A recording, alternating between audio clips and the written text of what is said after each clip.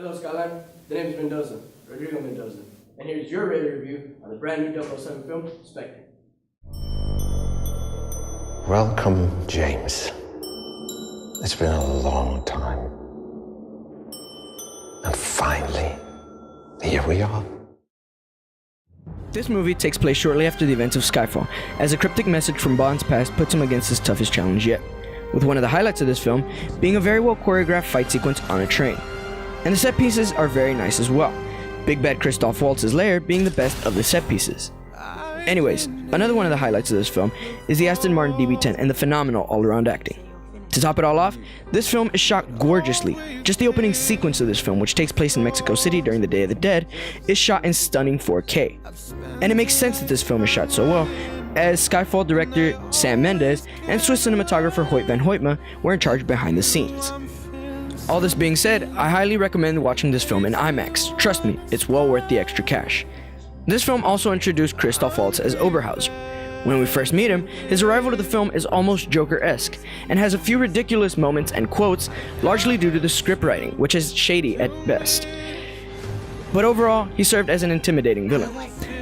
Another highlight of this film is Bond girl Léa Seydoux, who stuns with her beauty and kicks butt at the same time. It doesn't go without mentioning the team at MI6 has phenomenal chemistry, with Ralph Fiennes leading the charge as M, Naomi Harris as Eve Moneypenny, and Ben Whishaw as Q. This film also deals a lot with James's past, so if you haven't seen Casino Royale, Quantum of Solace, or Skyfall, you will find yourself very lost. This film at the end also starts to feel like a concluding chapter to an era, rather than a continuation, which is something that has always been missing in past 007 entries.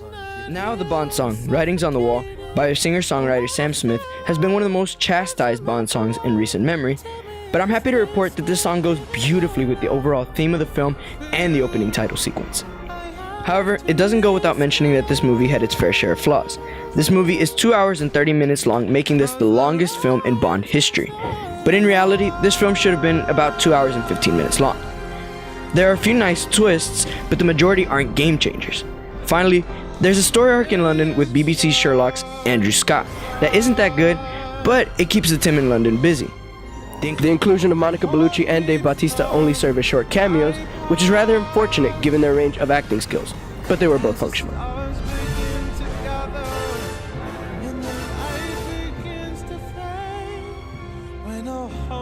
This film is not better than Skyfall or Casino Royale, but it's worlds better than Quantum of Solace. Just in the editing style alone makes this a better movie. Overall, this film earns itself an 8.5 out of 10. The film is a welcome addition to the franchise, and if it is Craig's last film as 007, it's a fitting conclusion to a phenomenal era. So my question to you is, have you seen Spectre? What did you think about it? Do you believe this is Daniel Craig's last Bond film? Where do you rank Spectre on your list of all-time Bond movies? For Skyline Scoop, I'm Rodrigo Mendoza, and I'll catch you next time at the movies.